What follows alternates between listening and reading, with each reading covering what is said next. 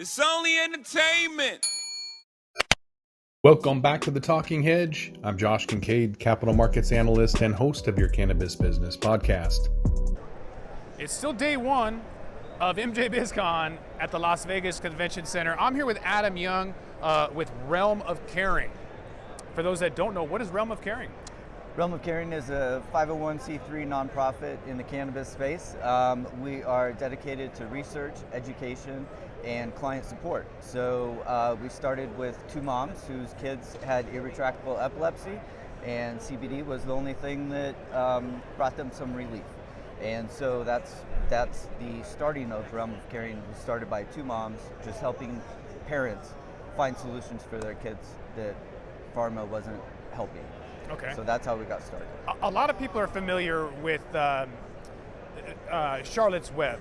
Yeah. And Charlotte, they kind of went out on a limb with epilepsy, and that's kind of when people saw epilepsy and the kids shaking and then immediately being able to stop from having, even CBD, that changed the perspective for everybody. I think the regulators realized that kind of got the American people behind it more than, the quintessential hippie getting high on the couch, right? So how has that progressed?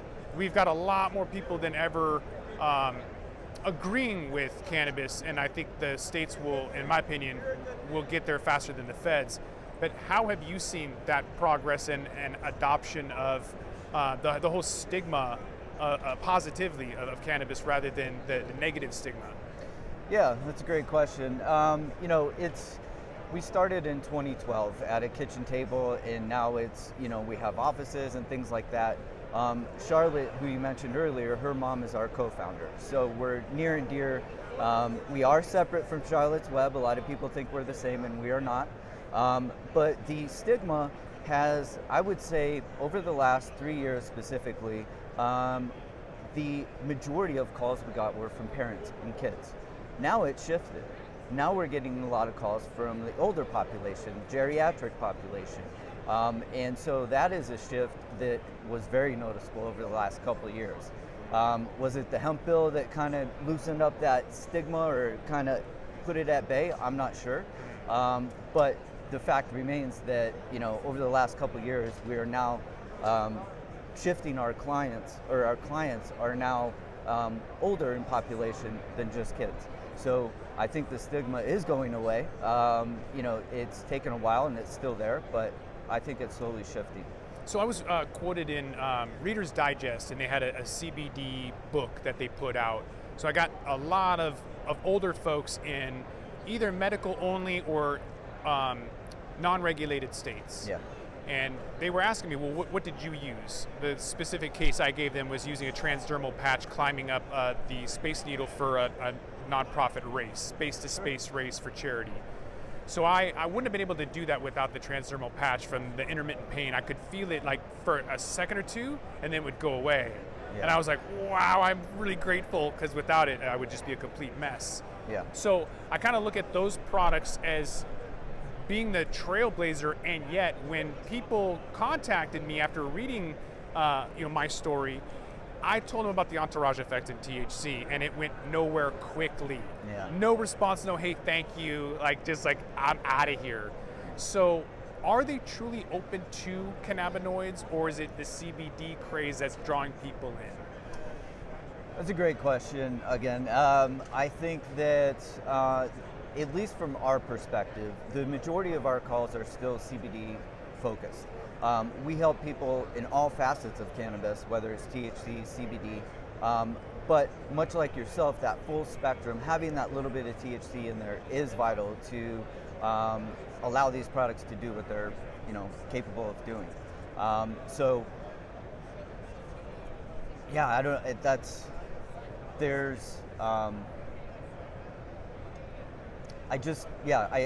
Most of our calls are CBD focused, but a lot of our research dives into THC and CBD. We cover all facets of the plant really, and how we, direct people or suggest how they could go about using it or taking it. What's your business model? Are you guys, you said 501c3, so you're Yes. nonprofit. Does that mean that you're on GoFundMe every day, or do you have a revenue process? How do you generate your revenue? Yeah, so we have 5 product companies that currently are what we consider brands we support. So we have fully vetted them. We go to their grow operation, their extraction facility, their shipping facility. We look through SOPs, MSDS sheets, all these things. And if they pass our, qualifications, I guess you could say, then they become a supported brand. That is a funding funnel. They pay us money, and we offer them client support. Product companies are not allowed to tell their own customers how to take that product, so that's where we come in. And so that is one revenue funnel that I would say is probably, that's how we started, but now we are shifting more into we still do client support, that's our bread and butter, but research is a huge component of what we do. And so part of my job as a development officer is to secure funding through individuals and not just companies. And so that pivot has slowly been taking course over the last year, and that's kind of the direction we're going. We accept donations online, monthly, one time from clients. We never charge for our services. So those clients that do donate to us, it's out of their own heart. We don't ask money, we don't require money. So strategically, product companies and individuals with high net worth that love what we do and want us to continue what we do are 2 main funding funnels, I should say, for right now. Okay. Last year, after the election, we saw at least 5 states jump on board in October, and maybe a couple more at the beginning of 2021. There's been a lot of movement and excitement in the industry.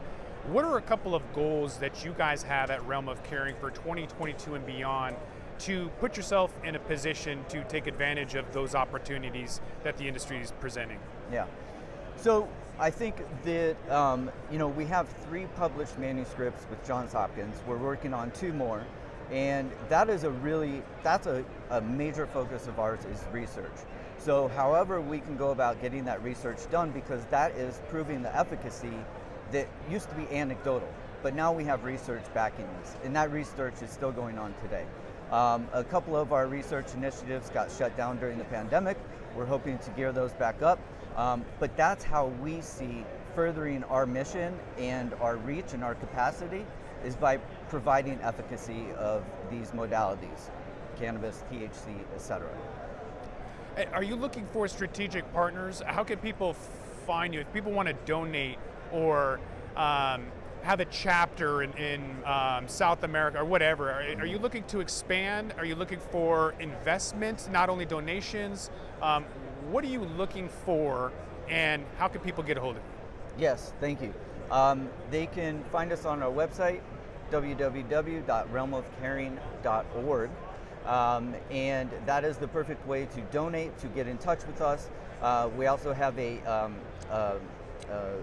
business inquiry form. So if there's companies that want to partner with us, we fill out that form, it goes to me, I review it, and then we contact and go from there.